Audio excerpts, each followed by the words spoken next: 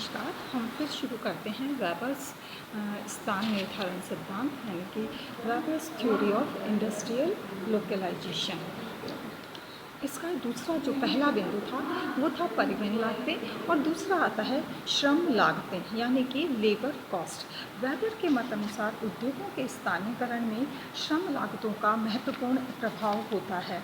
उनका ये मानना था कि प्रत्येक देश में कुछ श्रम केंद्र पाए जाते हैं और उनकी लागतों में पर्याप्त अंतर भी पाया जाता है।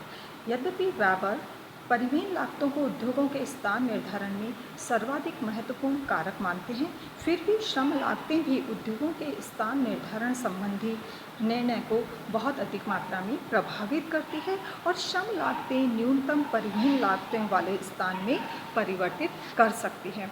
परंतु ऐसा तभी होता है जबकि परिवहन पर आने वाले अतिरिक्त लागतों की तुलना में श्रम लागतों में होने वाली बचत अधिक होती है।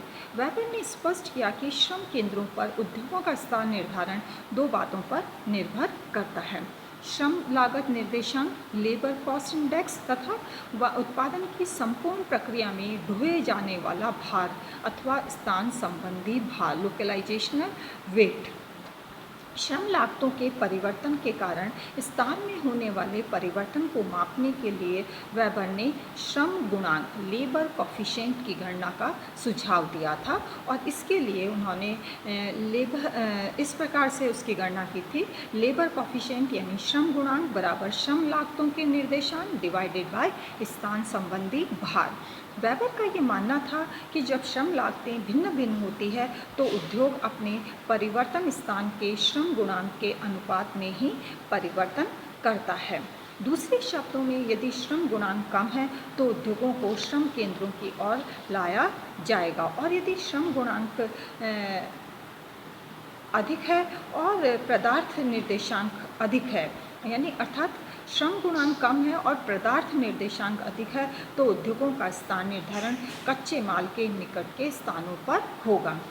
इस प्रकार से प्राथमिक जो कारण है उन कारणों में श्रम लागतें और परिवहन लागतों का उन्होंने वर्गीकरण किया। दूसरा जो वेबर ने दूसरा कारण बताया स्थान निर्धारण के लिए वो था गौण कारण यानी सेकेंडरी फैक्टर्स।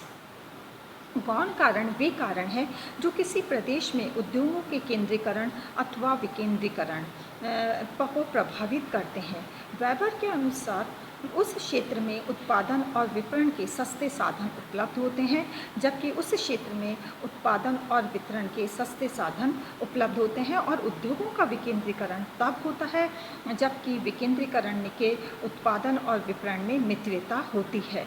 परिवहन की सस्ती और कुशल व्यवस्था, बैंकिंग और बीमा सेवाएं, मशीनों की मरम्मत की सुविधाएं, सहायक उद्योगों का विकास, विक्रय संग्रहण और विज्ञापन की कुशल सेवाएं किसी एक स्थान पर प्राप्त होने पर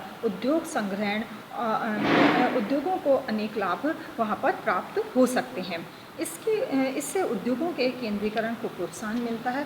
परंतु यदि किसी स्थान पर अधिक कर दर, भीड़ भाड़ वाली भूमि, भवन की ऊंची लागतें हैं तो साहसी ऐसे स्थानों पर उद्योग स्थापित न करके अन्य मितव्ययी स्थानों पर उद्योग स्थापित करते हैं।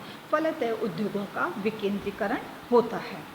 नेक्स्ट है वेबर के सिद्धांत की आलोचनाएं, criticism of Weber's theory. Weber ने उद्योगों के स्थान निर्धारण के सिद्धांत का जो विकास करके उद्योगों के क्षेत्र में महत्वपूर्ण योगदान दिया था। उनका यह सिद्धांत तात्कालीन परिस्थितियों में कुछ सीमा तक व्यावहारिक भी था, किंतु इस सिद्धांत में उन्होंने अनेक कमियां छोड़ दी और यही कारण था कि सार्जेंट, फ्लोरेंस, डेनिसन और फिडरॉल, रॉबिन्सन आदि विद्वानों ने विभिन्न आधारों पर उनके इस सिद्धांत की अनेक आलोचनाएं की थी। संक्षेप में वेबर के सिद्धांत की आलोचनाओं को हम इस तरह से बिंदुगत कर सकते हैं। पहला है अवास्तविक मान्यताएं।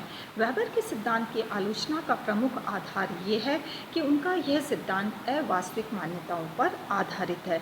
जैसा कि सार्जेंट फ्लोरेंस कहते हैं, वेबर की पुस्तक निगमन प्रणाली के सामान्य दोषों से परिपूर्ण है। इनकी मान्यताएं अवास्तविक है और तर्क आवश्यकता से अधिक सरल है।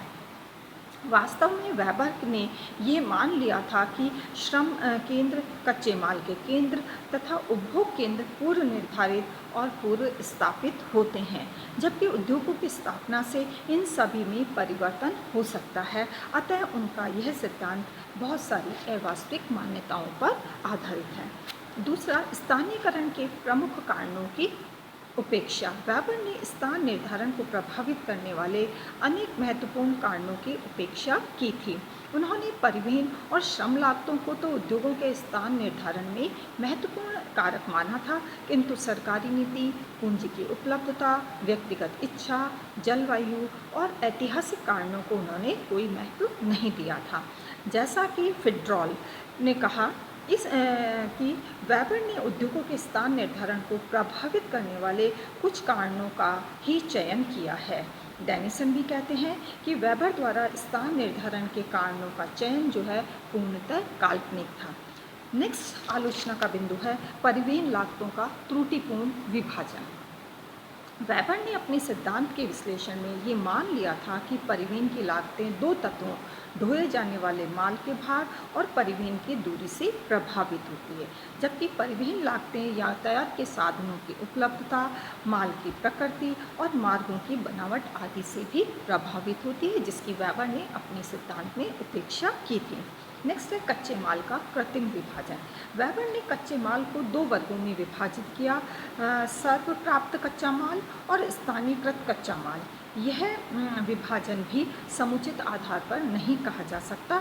जैसा कि रॉबिन्सन ने इस आधार पर आलोचना करते हुए लिखा है कि वास्तविक स्थिति में कच्चा माल विभिन्न वैकल्पिक केंद्रों से प्राप्त किया जाता है और उनकी प्रकृति भी भिन्न भिन्न प्रकार की होती है। अतः वेबर का कच्चे माल का विभाजन भी अवास्तविक ही है। नेक्स्ट है श्रम संबंधी मान्यताएं। वेबर ने श्रम के संबंध में दो मान्यताएं मानी। प्रथम, श्रम केंद्र निश्चित होते हैं और द्वितीय, इन केंद्रों पर श्रमिकों की पूर्ति असीमित होती है। परंतु ये दोनों ही मान्यताएं भी वास्तविकता से परे है। किसी भी स्थान पर श्रम केंद्र निश्चित नहीं होते और किसी भी केंद्र पर असीमित मात्रा में श्रमिक उपलब्ध नहीं होते हैं। श्रमिकों की गतिशीलता बढ़ती रहती है। जब कभी किसी स्थान पर अधिक अच्छी सुविधाएं उपलब्ध होती है या अधिक वेतन मिलता है तो श्रमिक वहां चले जाते हैं।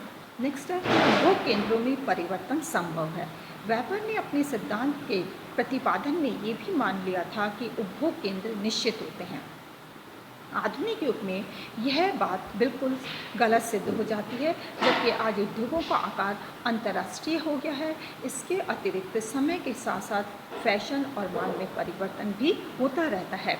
अतः किसी भी संयंत्र द्वारा उत्पादित वस्तुओं का आकार सदैव एक ही नहीं बना रह सकता है।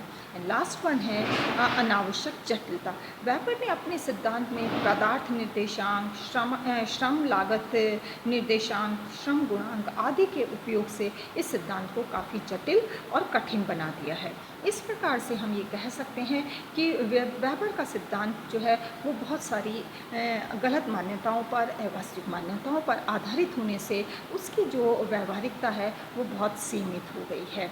परंतु यह और इस कारण से ये सिद्धांत काल्पनिक अधिक है और वास्तविक कम था।